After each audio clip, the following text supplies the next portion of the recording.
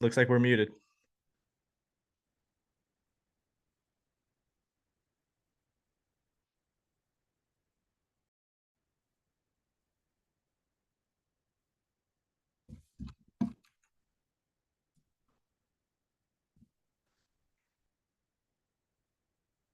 I can hear you. Did OBS change your audio at all?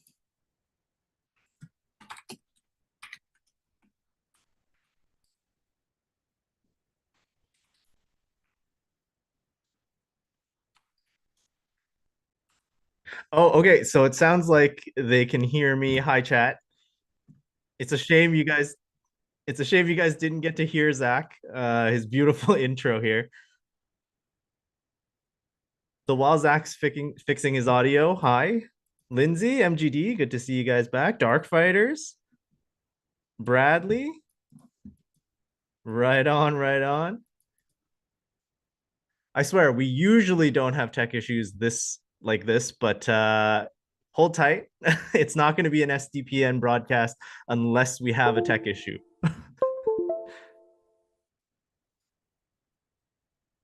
We'll have to wait. I can hear you the whole way through. So yes, yes.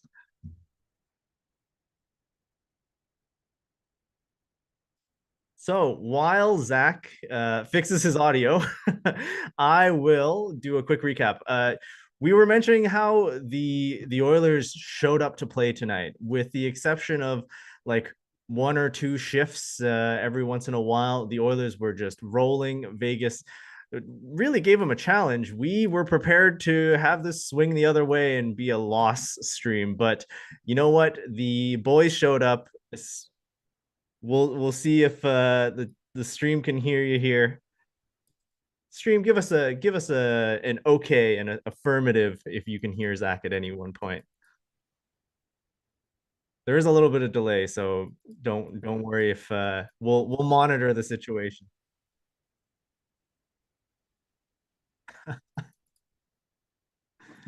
On a night when it was very special to a lot of people. Uh, looks like Andrew and Mark are also having some difficulties in the Montreal stream. On a night in Edmonton where it was very sentimental, it was Hockey Fights Cancer Night. Obviously, Ben Stelter, uh, young life taken far too soon. We're happy that we're able to broadcast a win for Ben and his family who were in attendance tonight. I'm sure cancer has touched everyone in some way, shape, or form, and I'm glad that we were able to Can pull you it hear me off. now? We'll Sorry, we'll sorry. see if they can hear you back here. Connor McDavid, we were in the beginning thinking that this was a relatively calm game compared to what we were all thinking with Eichel versus McDavid. This turned out to be the Leon Draisaitl show all the way until overtime, where McDavid just absolutely capped off a beautiful game-winning goal, speeding into the offensive zone and just roofing a backhand. You can hear me? And it looks like, yes, we can hear Zach now. Okay, I have no clue what happened. I just pushed a bunch of buttons. Do I sound good, guys? Because You always sound good, Zach, but no. no, no, like yeah, you How's know the what I mean. audio You know what I quality, mean. You know folks? what I mean. Okay, thank Zach's you. alive. And Oh, hey, like Bradley put in chat, be sure to like the stream if you like it. Subscribe to the channel. We are going forward. We are launching live now. Zach, did you want to introduce our sponsor today? yeah, absolutely. Yeah, sorry about that, guys. I honestly have no clue what the issue was, but whatever. We're here now. It's working. You know, we got it done. Okay, so yeah, so our obviously want to bet? You can do it at Sports Interaction, Canada Sportsbook. Football continues, basketball is back, and the hockey season is well underway. Bet pregame, live and play, or on one of our many prop bets made for Canadians by Canadians. Sports Interaction makes it easy to deposit, play, and cash out now. Join now and see all that sports betting has to offer. Head to sportsinteraction.com/SDPN. That's sportsinteraction.com/SDPN. Ontario only, 19 plus. Please play responsibly. All right, now that all that craziness is out of the way, you know, after such an eventful end to the game, what a finish, what an overtime, what an effort Let's throughout. I let's know talk you about the touched on it. craziness in this game, Let's eh? touch on it. And I think all in all, like, you know what? This is a game that I think it would benefit to look at chronologically, because that first period was one of the best periods of the season. I think they were just, you have a team that is a top 3 team in the NHL, and you come out and you are consistently carrying the pace. You are bringing your pace of play to Vegas. You aren't letting them slow it down. And Vegas, top to bottom, like, we were all sleeping on Vegas coming into the season. We need to take a moment and address just how good they are, from, Stone, Eichel, with a tandem of Logan Thompson and Aiden Hill. Well, yeah, they're 1 through 6 on defense. Like, Zach Whitecloud, that guy out of nowhere. I think he's he's an elite top 4 defenseman. That guy's awesome. Braden McNabb, Alec Martinez, Alex Petrangelo, Shea Theodore. They are a really, really, really, really well built team. So to see the Oilers come out, without Yamamoto, without Kane, and just bring it to the Vegas Golden Knights is awesome to see. This is why I can get so frustrated, in nights past when they don't come out with this effort. This is the team, we expect to see, and they played awesome. They were so unlucky. It was a fluke goal that went in. I can't remember who scored the fluke goal in the first. On the first goal, Keegan Colasar scored. Keegan Colasar. Yeah. Colasar off of Bouchard, off of Colasar, bounces right over Skinner into the back of the net. That's tough. Complete fluke. It's a complete fluke. Goes in on anyone. It's just pure puck luck, and the Oilers were obviously unlucky to come out of the first. Then they come in the second, and they bring it right back. They're going on top of Vegas's throat. They're consistently carrying the pace of play. Now, we can sit here, and if they lost, would I have bitched about the reffing a bit more? Maybe, a little bit. But at the end of the day, the Oilers have the ability, they have the skill, they have, the team to be able to overcome all of those issues that are thrown at them, and they did. Tonight they came out, played one of the best games against a divisional rival who I think it's still very well possible the Oilers can, finish first in the Pacific. It's not over by a long shot. I know Vegas is ahead by, I think, 8 points in the standings or whatever, but the Oilers are always a strong finisher, and this is the game that cements it. We're coming up into a time when this team is really starting to wake up, right? Yep. We saw the game against LA. Partially, it is that LA trap style of defense that really hamstringed the Oilers last game. But for this game, I mean, Vegas is playing a style it's relatively fluid compared to LA. So we were able to play that game and beat them at their own game. We have the difference between Vegas and LA. Vegas or LA with Todd McClellan. Todd McClellan, it's like in any sport, Todd McClellan probably puts all the money on the board for that. He gets his players amped up to beat the Oilers. Todd McClellan wants to beat the Oilers. That's why they shift their style so much, right? These games are circled. They're focused. You'll see the effort from them like that we don't see in many other games. And then you go to and they know that they don't have the horses to compete with Edmonton on offense. So you have a team like Vegas, who we agree is built like just almost perfectly, like from top to bottom. Do they have the elite top of the line skill that Edmonton does? No one does. But out of all the teams in the NHL, Vegas can, go line for line with Edmonton. They have the thing, so they're not trying to slow. They have the confidence in themselves to open up the game, allow to bring their pace and their style of game. But the Oilers are able to overcome it because the Oilers they're that good, and it's Vegas is not planning specifically an entire game plan for Edmonton. They're just going, they play their game, and one of the best games in the NHL, but Edmonton is able to succeed in that. And that's something that I think it's really positive. It's really good. And, it wasn't just the usual suspects, because me and you both touched on it a little bit before the game. At least to me, this game, for the first 2 periods, I wrote down, I didn't think McDavid was on. It was a very rare, off night for Connor McDavid, at least I thought it. There was a power play where McDavid, he messed up his zone entry. He flubbed a shot completely. He shot his stick move, but the puck just stayed in his feet. There was a number of plays, right, where you just see McDavid bobbling the puck, which almost never happens, right? Yeah. So I think McDavid went to the locker room. He knew what was going on just like everyone else. And he came out and, 30 seconds into that third period, McDavid to Hyman, and it's 3-2 Oilers, right? We're all screaming. We're all happy. That's the team. That's the excitement. What do you think of McDavid's play tonight? Obviously, I didn't even touch on the break. I didn't even touch on the overtime goal, so I apologize. But yeah, you take it away. Well, the overtime goal is it's something we're spoiled by, right? Because we watch a team that has Connor McDavid, we regularly see those types of plays. And honestly, that the play in the third period where we can debate whether that should have been a penalty shot in the second period, but with McDavid's breakaway in the third, it's potentially one of those times when if he had scored that, it would be a highlight reel goal on the level of the time he walked Jake Muzzin, on the time where he walked through 4 Rangers.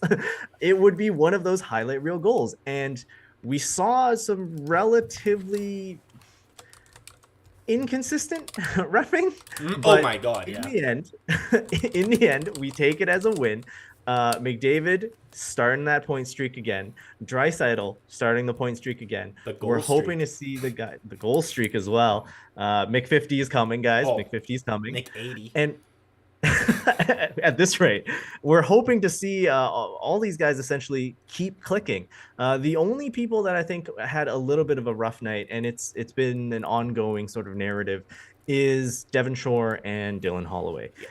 Once again, their time is just, they're not out there often enough. No. Derek Ryan plays on the penalty kill, Woodcroft so he gets doesn't trust Shore and Holloway. Like, full stop. Holloway and Shore make too many defense mistakes. So I think Holloway, he took that hooking penalty late in the first, early in the second. He didn't really see the ice again. I also think, the fourth line in the Oilers, they get a brighter light shine on them because Vegas's fourth line with William Carrier is just so good and gets on you so hard, right? So you have that, unbalance where you just see Vegas constantly coming at you, and no way in hell will ever have an Oilers fourth line in this team that can do that. Dark Fighters in the chat made a great point. He mentioned that one of the best things about this game was the 5-on-5 goals. The Oilers were not power play merchants tonight. Fogle scores 5-on-5. I saw a stat coming into the game. Ryan Nugent-Hopkins only had 3 5-on-5 points this season. He was almost a point per game. Everything on the power play, right? I think it was later corrected to 4, but okay, still, 4, point stands. Yeah. He's one of the most important forwards on the Oilers, especially with Kane out, and for only have 4 5-on-5 points is insane. So tough. He gets 50% of his season's total in one night tonight, and add on a power play assist. Ryan Nugent-Hopkins played fantastic, and when Nugent-Hopkins is going, the offense is gonna go. It's gonna go much faster. It's gonna go much smoother, and they're gonna have a much better pace that they can play at. Another player who I thought was here. You make your point. You make your point. Then I'll say. I just wanted to bring up the point since we're on that fourth line. I think MGD mentioned it in chat here as well. Once Holloway might be sent down, once I think Tyler Benson makes it back. Yep. Benson is skating. He's playing, I think, his first game. He's gonna go on the road trip. He's playing his second game in Bakersfield right now. Yes, he should be going on the road trip. He'll meet them in Long Island. I'm pretty confident in that. I think Yamamoto's going to go on a road trip as well. I was thinking about it during the game because obviously we can touch on the two players, but you're not taking Clean Costin out, and you're not taking Janmark out of the lineup, right? Clean is gaining himself a really popular fan base in Edmonton right now. Mr. Clean.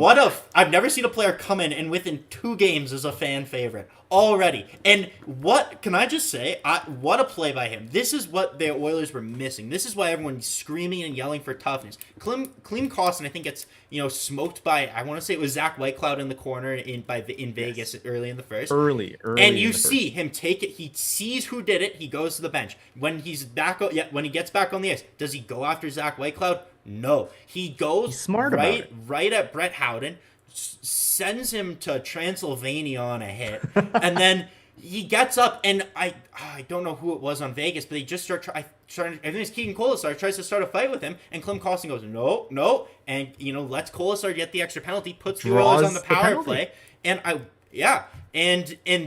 is that gamesmanship that we need to win and compete in games with teams like this. So to have that on the team, you are not taking that out of the lineup. Like, to me, and he's got puck skills too. Like, you can see, he's not just a pure Zach McEwen. He is able to create. That third line had consistent stretches, I'd say over a minute, at least 2 of them that I can remember, where they sustained offensive Early in pressure. the second period, Costin McLeod and Puliarvi had two high quality chances Oh yeah. on one shift alone. Both were by Costin, both a little bit off target, but they're getting these chances. And I think this is great for McLeod as well. Mm-hmm. McLeod's been in this sort of position where he's being used as that third line center, but his tools are constantly switching out on the wings and he's not really able to get a lot of stability. I think leaving Costin on that line, Puliarvi, after a couple of games in the top six, I think it's time to bring him back into that third line. I think they're generating steam. McLeod and Puliarvi worked earlier on in the year. Substitute Costin in for Fogle, who is now up in the top six and playing amazing. I mean, first goal of the game, but also just a very physical presence. Hasn't looked out of step. What did you think about Warren Fogle? Oh, Warren Fogle. All these guys that we're talking about together. It's they're making up for the loss of Evander Kane by committee. You got Fogle all of a sudden with the goal scoring out of nowhere. You got Costin with the physicality and the gamesmanship. You got Janmark being an actual effective bumper on that top line, allowing for McDavid and Hyman to get open, allowing for them to carry the play and create that offensive pressure. When they're playing with a player that where the puck just bounces off their stick and it ends up going the other way, you really can feel it. And Janmark, I was wrong on Janmark. After his first game he played, I was ready to send him back to Bakersfield, and here we are, not 3 games later, where I'm ready to give him a permanent spot on the Oilers roster. I think the depth altogether, not just Fogle. I think everyone, at least we've seen, win or lose, since Kane's gone out, they've stepped up. They've made a good point. They've been making great plays, and this is I think all you can ask for from them, going forward.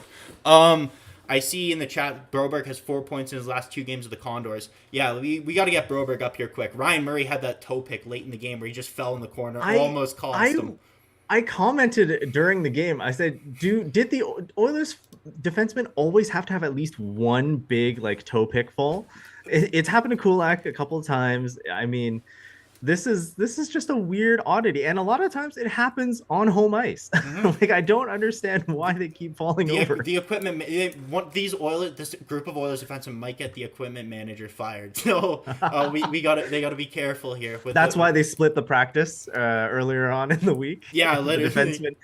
The defensemen were just saying their final farewells to the equipment manager. Yeah, we got Otto Amja in chat. Does Zach do stand up? I'd watch his set at the comedy club. Oh man, I appreciate you pumping me up. But one thing I did want to say quickly, we got 51 people watching now, but we only got 12 likes, guys. Come on, hit that like button. We'd all really appreciate it. Nights like this are awesome to be on the broadcast. It's awesome when the game ends in such an exciting way, and we get to come on here and talk to all of you about it. And yeah, I know we have Tim from Boston in chat. Thank you so much for staying up late. I know it's going to be a late night for you. Share it with your friends, guys. This is the fastest way for us to grow. If you like the podcast and every podcast on the SDPN network, give us a subscription. Mm-hmm. And pump us on Twitter, Instagram, wherever your friends are. We had Mike Kang give us a great point. Skinner bailed Edmonton out, I think, especially during that late part of the third. Whew, what a as soon as the third goal went in for Vegas, we had some tough 7-8 minutes before overtime happened. Let's discuss that last 10 minutes of the game here, because I this has been a theme in Oilers games this season. I saw in New Jersey, they lost it in the last 5 minutes. When the Oilers get ahead and they're only ahead by a goal, I'm not sure if this is what they're trying to do, purely speculation on my part, but what I see is a team that can play a certain way and excels at playing a certain way. Try to, lock down the game, shut it down, play defensively. They shift they're not focusing on breaking out. It's just get to the red line, soft chip in, focus on your defensive structure, kind of line up the blue line, back in, play, keep everyone on the outside in your own defensive zone. And they cannot do that. When they shift to that style of game, mid-game, they make that adjustment, it always tends to bite them in the butt. Now, when Skinner, who's been an absolute godsend this year, is in net, you don't notice it as much because he seems to stop everything. He's been one of the best goalies in the league through this I, season, I don't right? know, man. He didn't face 40 shots Oh, tonight. I don't know if we can the call this the shot same the type of shot counter tonight performance. was weird. Like it was weird. It did not feel. I think going to overtime, I saw the Oilers had 22 shots. It did not feel like the Oilers only had 22 shots, and Vegas must have been taking a lot of garbage shots because they did not have a lot of sustained offensive zone pressure. And I really like the Vegas Golden Knights coverage. I follow Jesse Granger. I follow Ken from Simbin Vegas on Twitter, and they were commenting on the fact that Vegas was having trouble. They were having trouble setting up that sustained pressure. They weren't able to start up a cycle and break down Edmonton's defense. So I think that is a comment just to how good Edmonton played. But when Edmonton tries to shut down and shift their game into that shutdown style, it doesn't work as well, and you saw it bite them in the butt later in the third. And Skinner, I know it was the Vegas goal, 3 goals. One of those goals was on a penalty shot. He really only let in 2. One of them was off Bouchard's back. A bouncer. Exactly. Yeah. Just, you cannot ask for any better play. We have been so lucky by this guy, and to have coming into the season, in your wildest dreams, you couldn't have expected Skinner to play this good. He played what 20 NHL games before this, 17, something like that. If he had a 905, I'd be relatively happy. And wow, are the Oilers lucky because of how bad the Campbell signing has gone thus far. I'm not whatever, that is what it is. But I mean, honestly, we just need Campbell to play at a very average level. I think when it comes down to it, we're not giving up on the guy, but we know that Skinner has the hot hand right now. And if it's just a matter of you're playing who's hot, this is very similar to what we did last year with Koski and Smith, right? We can play them each a couple of games, but once you have determined who's playing well, you want to keep riding the guy. Honestly, we have a lot to talk about, but I did want to touch about Lindsay in the chat. Bettman, Lindsay says, I want to make Bettman mad. I would love a Canadian team to win the cup. Honestly, this year, I feel like there's probably one of the better chances. We have a pretty decent team in the Oilers.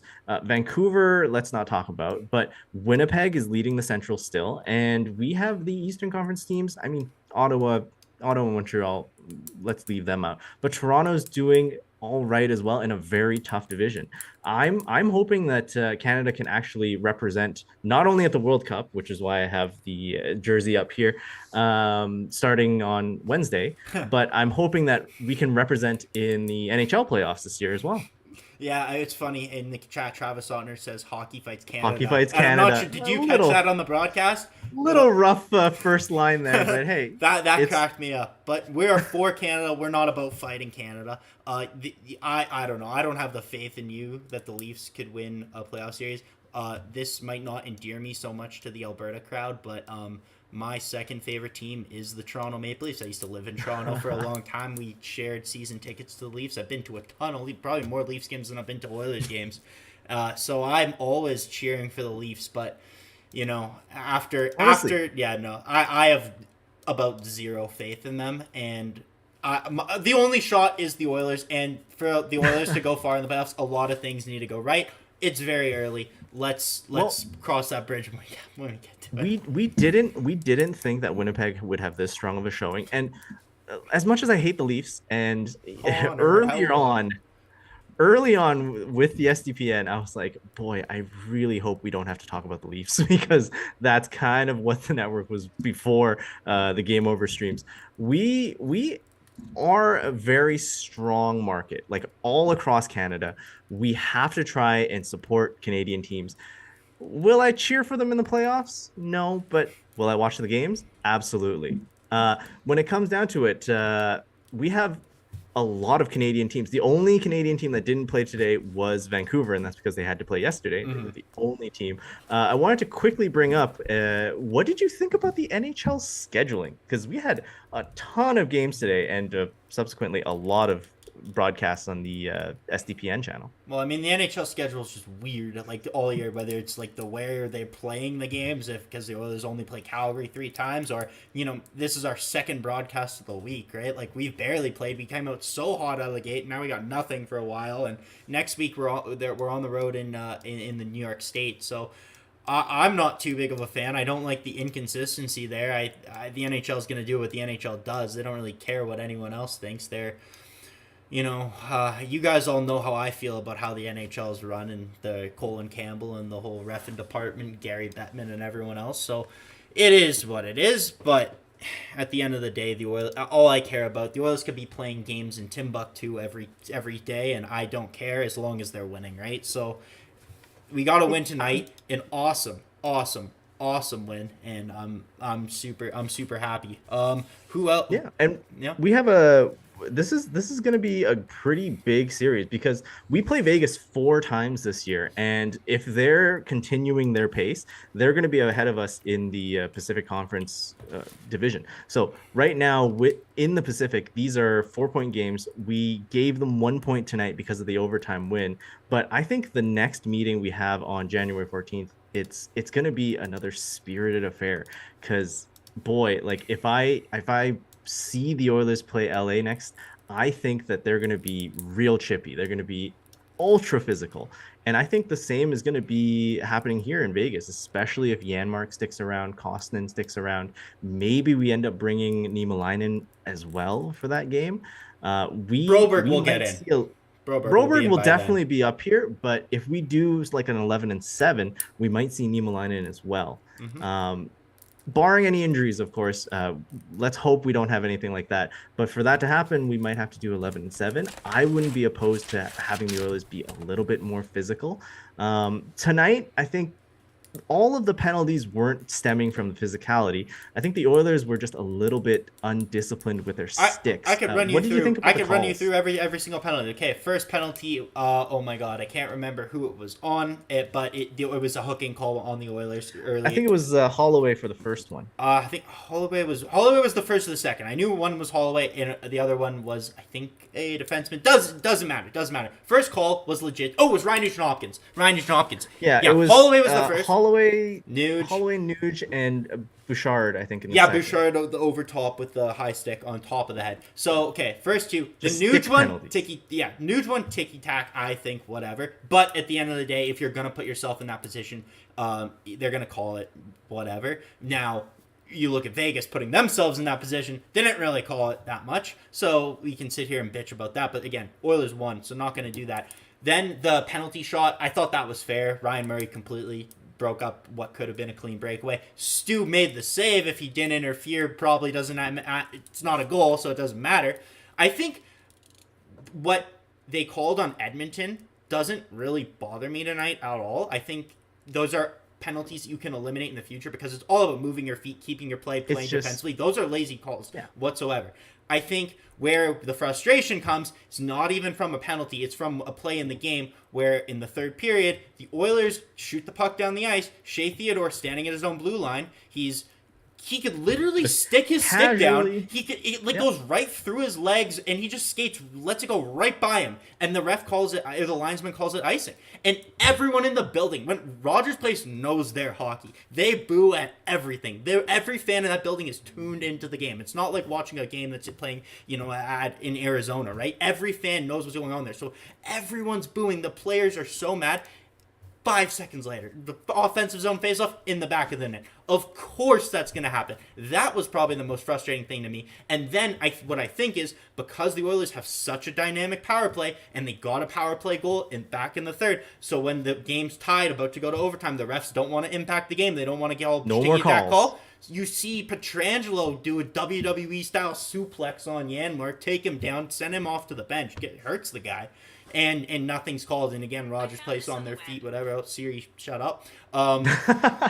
She's opinionated too. Exactly. She's just as mad as me about the calls. But overall, did the officiating suck? Yeah. Does it matter? No. Is it going to continue? Yeah. So we every game, especially losses, we're going to be here yelling and screaming about it. But they played fantastic. And then you go to 3-on-3. This was the first 3-on-3 of the year, if I'm not mistaken, correct? I Yeah, don't this know. is the first time we've gone to overtime this Yeah, year. and it's funny for a team that is so good in overtime. You would think they would want to get to overtime more, but in Calgary they scored with 3 minutes left. They didn't go to overtime there. In New Jersey they blew it with 2 seconds left, and yeah, this game was awesome. You get McDavid and Draisaitl out there. If you win the faceoff, you will win the game. They're the best team in the NHL. It's not close at 3-on-3. Watching Connor McDavid is such a treat, such a pleasure. I have the biggest smile on my face when he's on the ice. And he can be behind, and there could be 3 Vegas Golden Knights in the zone. Nurse takes it out. Draisaitl, they do like this little swing back in the neutral zone, gives it to McDavid. Little pass, yeah. McDavid cuts in from the right side, and you're like, oh, okay. I can't remember, it was Shea Theodore, Alex Petrangelo, or whoever on Vegas's blue line, and McDavid just comes in full Alphonso Davies, 45 kilometers an hour, right past the guy, top shelf, right over Aiden Hill. It I was can't awesome. roofs it. Goosebumps just thinking about it. What was that? His 17th goal of the year? Something like that. 16, was, 16, no, 16, 16. yeah. It's such a treat. We're so lucky. That's why I just sit here and, talk about the negatives. It sucks, but we have to do it. Oh. We want to comment on everything in the game, but I also wanted to touch base on that. We give this guy a lot of flack. Oil Country gives this guy a lot of flack, but Darnell Nurse played a really solid game tonight. Best game Darnell of the year. Nurse was best game of the year, probably. I mean, it's the contract. If he isn't signing that 9.25 million, we don't give him that amount of flack. But tonight, he was a shutdown defenseman when he needed to be. He was activated on rushes when he needed to be.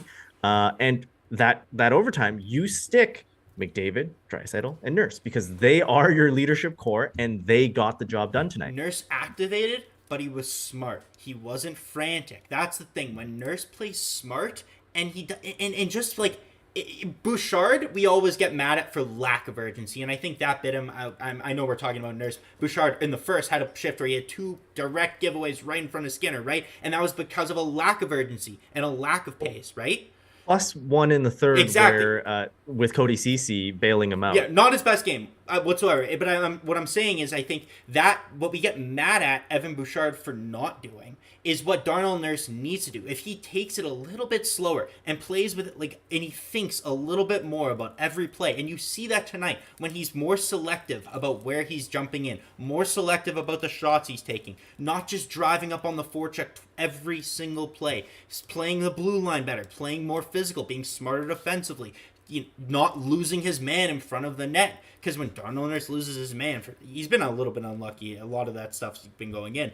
But Nurse played an excellent game. And Nurse plays like this against an awesome forward core, they're going to win more often than not. This is the Nurse we know. This is the Nurse we love. This is the Nurse that I bought his jersey. This is the Nurse that played 63 minutes in that game against Winnipeg in the bubble in the playoffs, right? This is that Darnell Nurse that we love. This is the premier Darnell Nurse. He did factor in with a beautiful pass to Leon Draisaitl on the second goal. Like, what vision, what a play. I thought that was just going to be a short side or hard ring around the boards or whatever, but that might have been the best pass of his career. A little bit of recency bias, but it had a little bit of on edgeness that Leo had to. You saw the down, double clutch. Still, great pass, great vision, like you mentioned, and yeah, he was shut down when he needed to be, and he was active when he needed to be.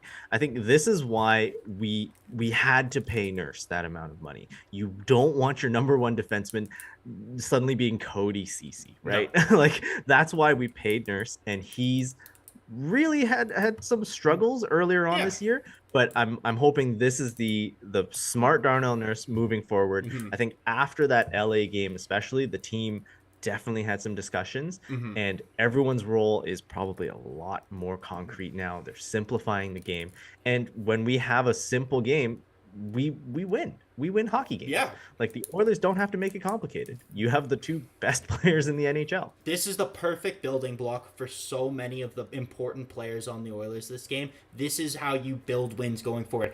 I think they play New Jersey next, right? So New Jersey, we have less than 1 minute in our Zoom, so I'm just letting you know. if New Jersey is on I think 12 game winning streak right now. The Oilers 12, I think. They yeah, beat the the Sens Oilers were seconds away from beating them last time. CC taps it in, different game, right? The Oilers are, if they show up and play like they did tonight, New Jersey should be real worried about their win streak.